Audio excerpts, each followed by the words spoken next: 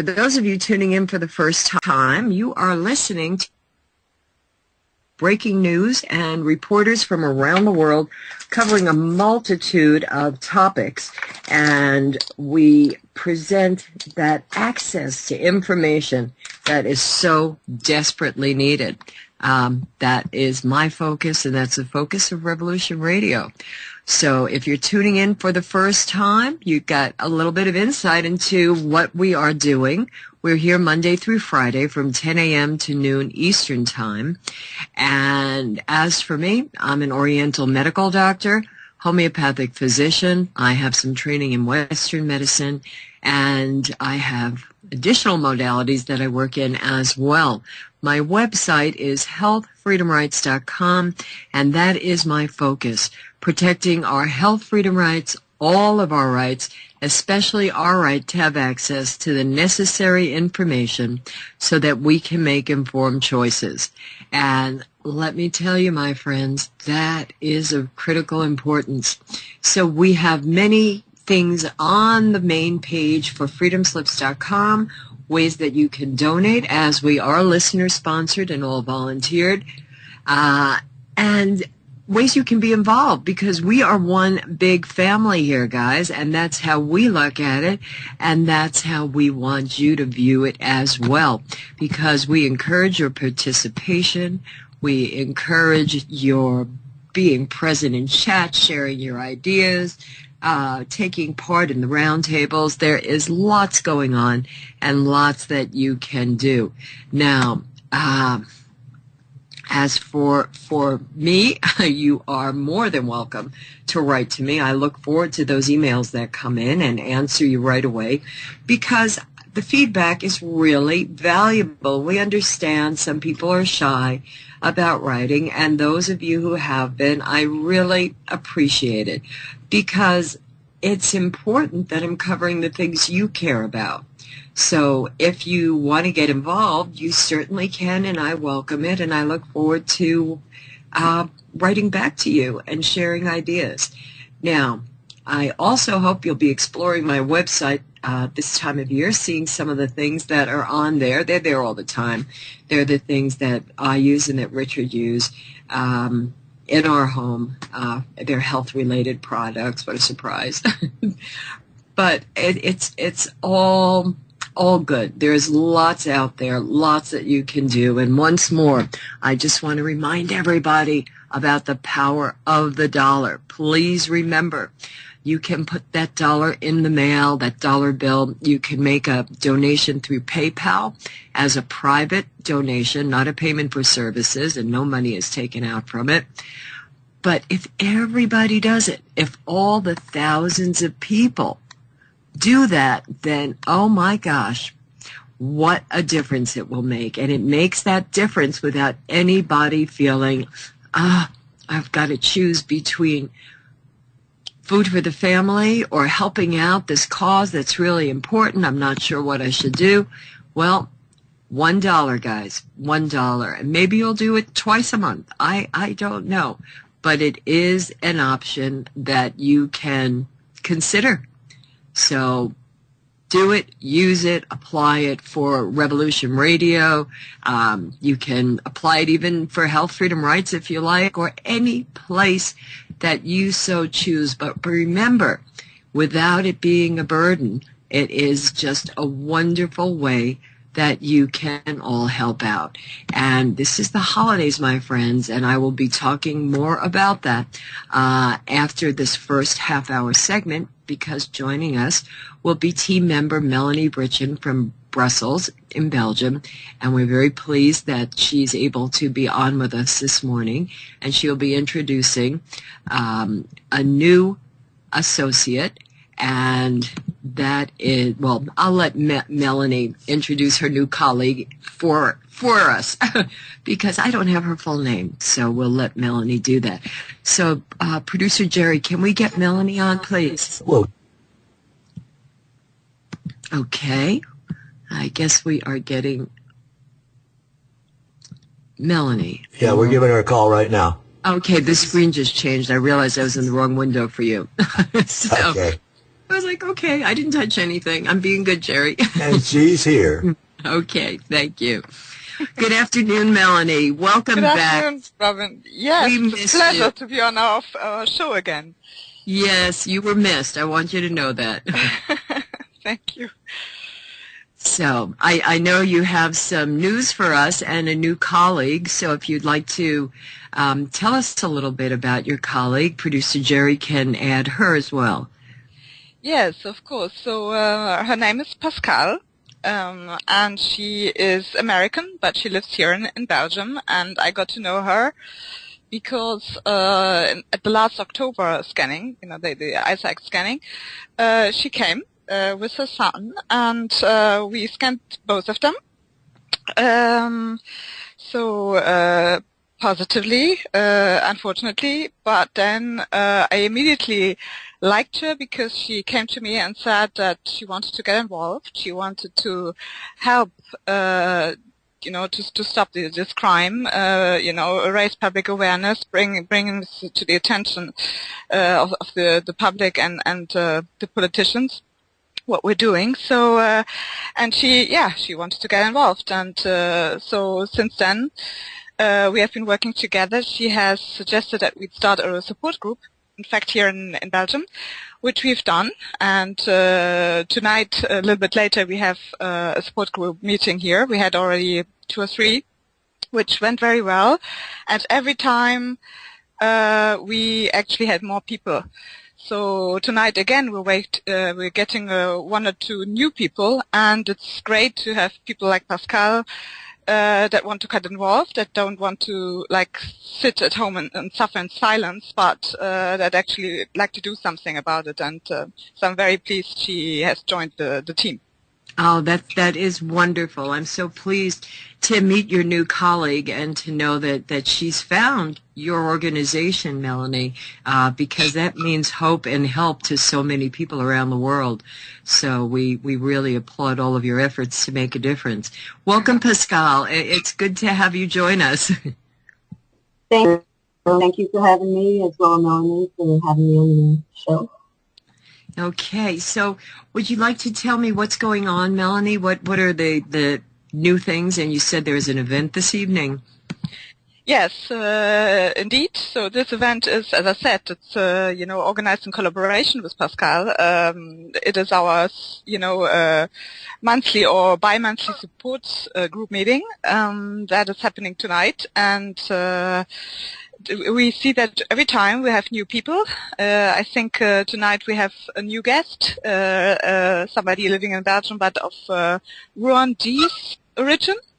So you see the victims really come from all walks of life, all countries, all age groups. It is really very much that the general population is targeted with these remote influencing technologies nowadays. And I'm grateful to Pascale for having given me the suggestion because as I said, she came to me after the scanning and said, I'd really like us to do something about this. I would suggest we start a support group.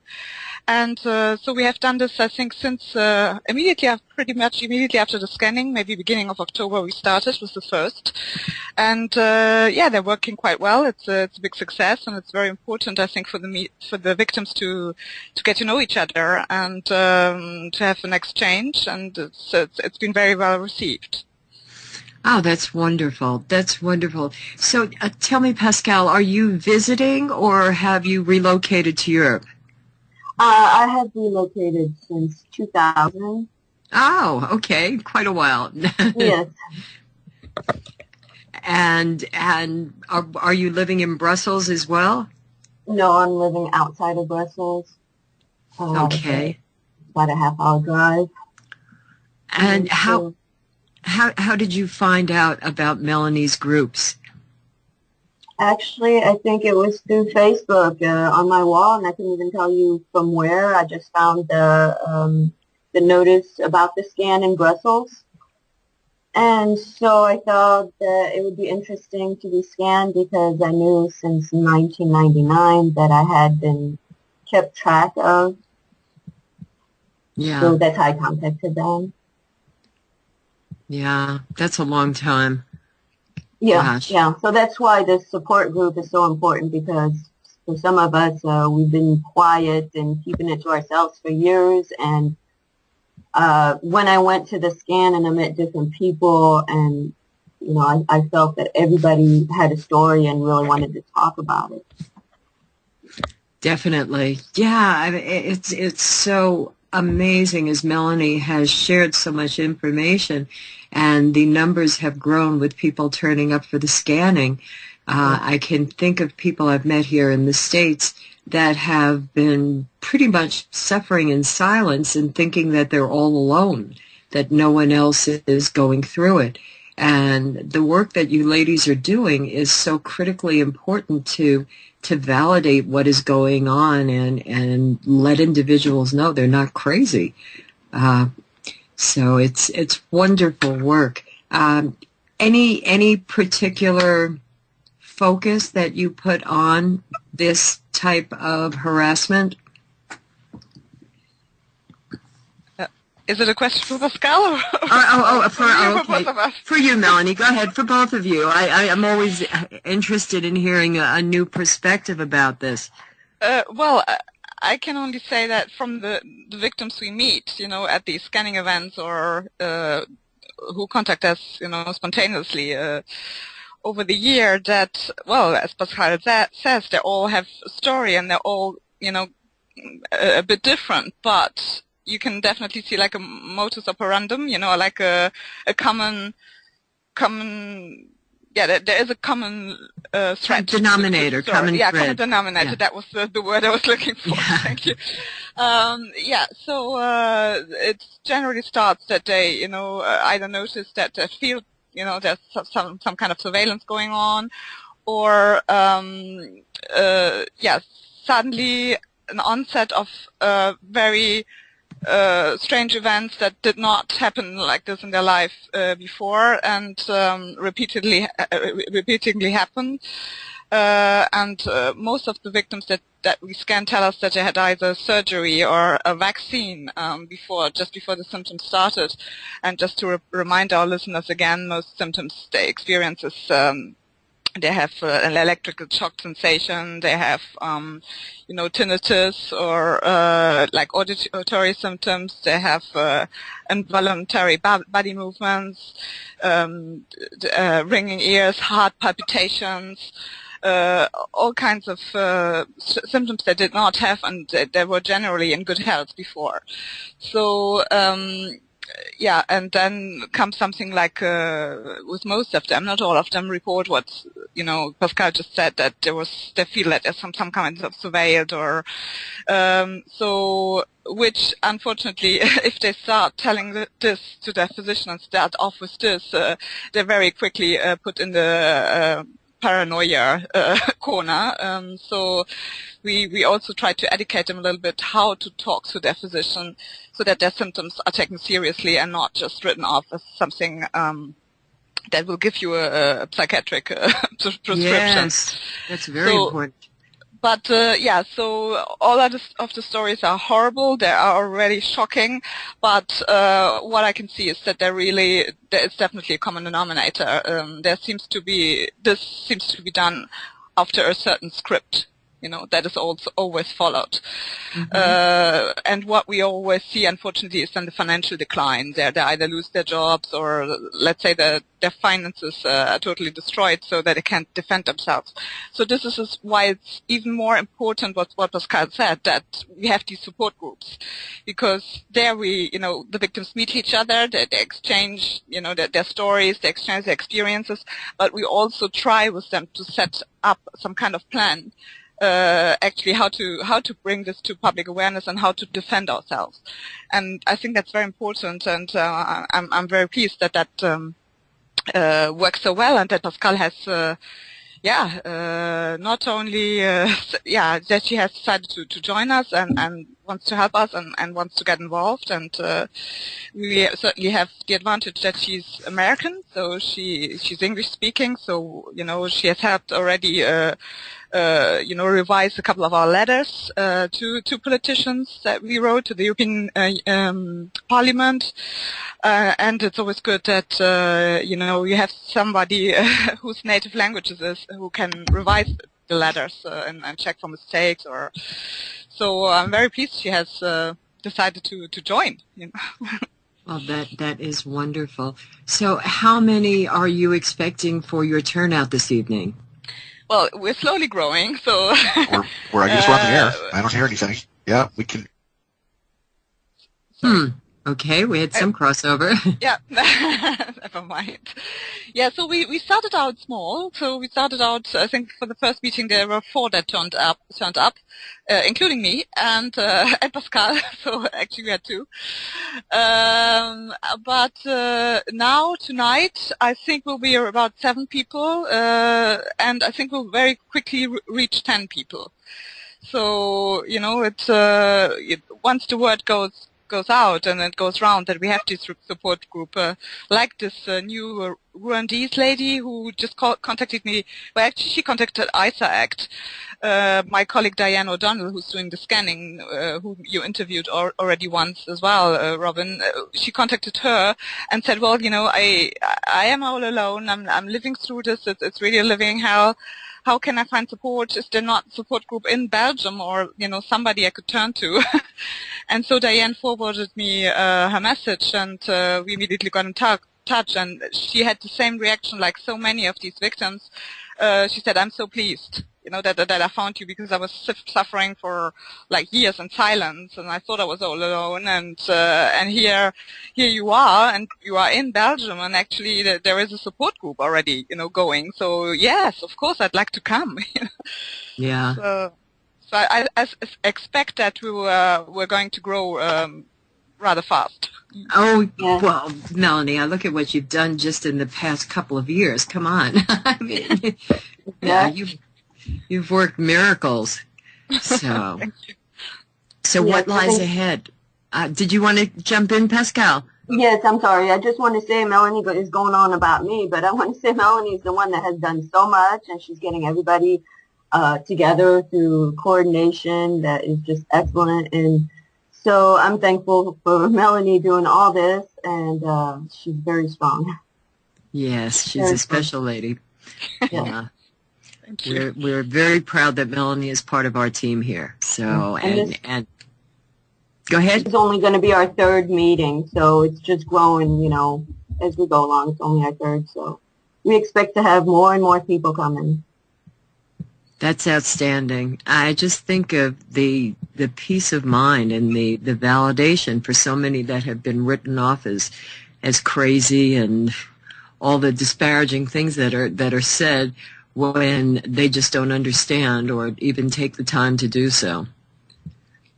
Yes, So, that's true. And we'll probably have even more support now, because last year, when it was for me actually my first scanning, where I was scanned, that was organized in London by my colleague Lars Vritschan, Danish colleague with ICAACT. And there at this scanning, I met a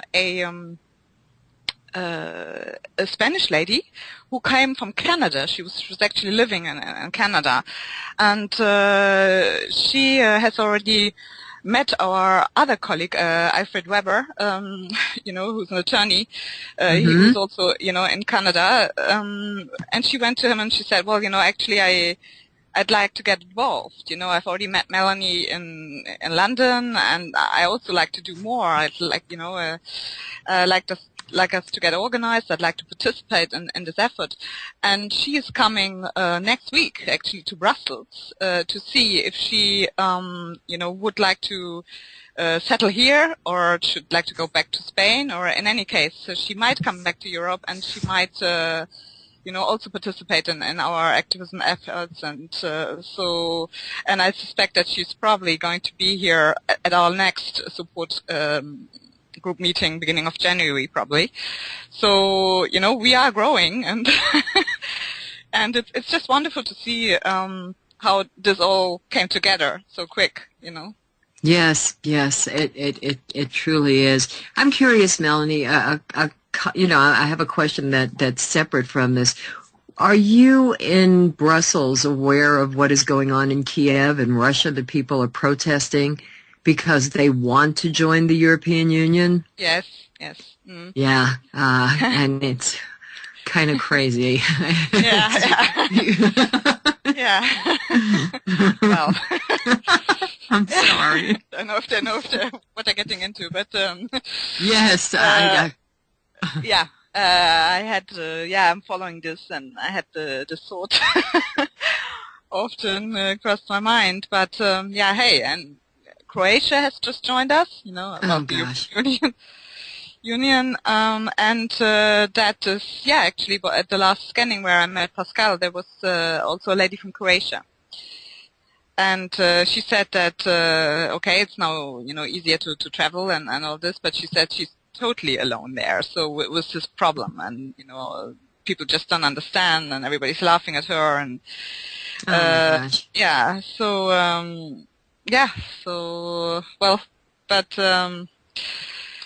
okay. The other thing is that we're talking about the European Union, that we're still working on getting the parliamentary hearing. Yes, that's the last time you were on. Please continue. Yes, exactly. So it's not so easy because actually, you know, we're in a phase where they're just preparing the European elections, in fact, that will happen next year from the 22nd to the 25th of May. So, you know, they're all busy with that, and but still, this issue, we consider it as so important, so serious, so grave that although we can certainly understand that you know, they have a heavy workload, you know, coming up to the elections, but you know, we will not give up until we get this hearing. And I think with the last contact we had with them, we made this pretty clear. So yeah, we're still hopeful that will happen, hopefully beginning of the next year. So very exciting. So is there, we're almost at the bottom of the hour. Is there anything you'd like to add, Pascale? It's been a pleasure to have you join us and get to meet you. Thank you. Just meeting you too. And well, I thank you for all your work too, and Melanie again for giving it all hope when we all become so hopeless, you know. So it's wonderful that we all get together. Yes, I agree. So many good things happening, and so much change, so much positive change. So Melanie, could you please give out the contact information for the organizations and for yourself? Yes, sure. So for ICAACT, if you know, either in the US or in Europe, and you want to get a scan, then you can contact, you know, got on the website ICAACT.org, so ICAACT.org, International Center Against Abuse of Cover Technologies.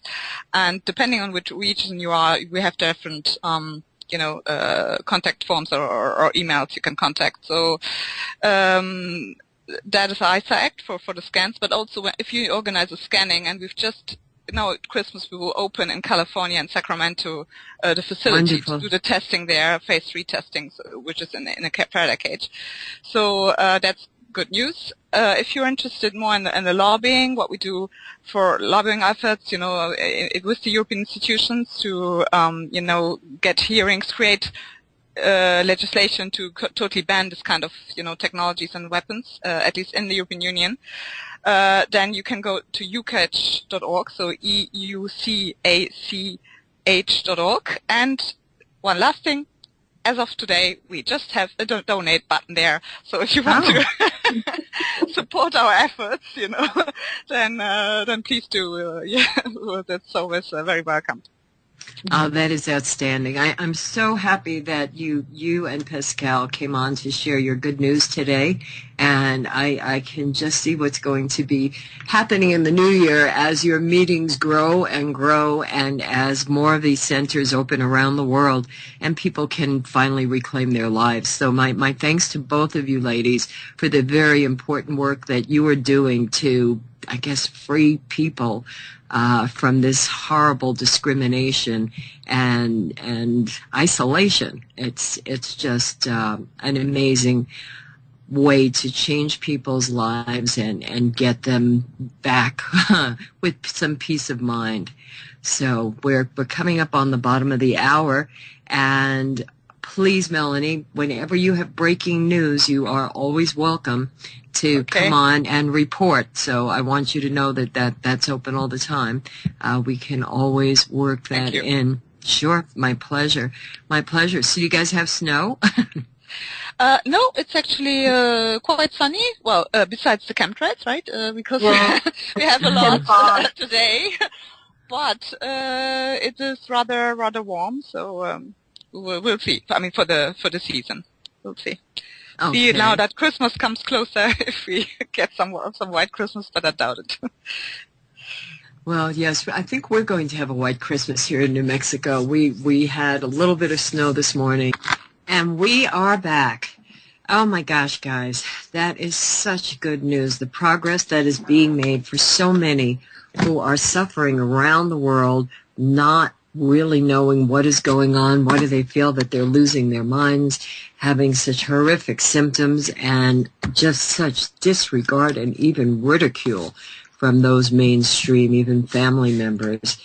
So this validation is of critical importance and gives people an opportunity to reclaim their life when they undergo this testing and can get final confirmation that, yes, they do have an implant or something that is emitting these frequencies when they are scanned.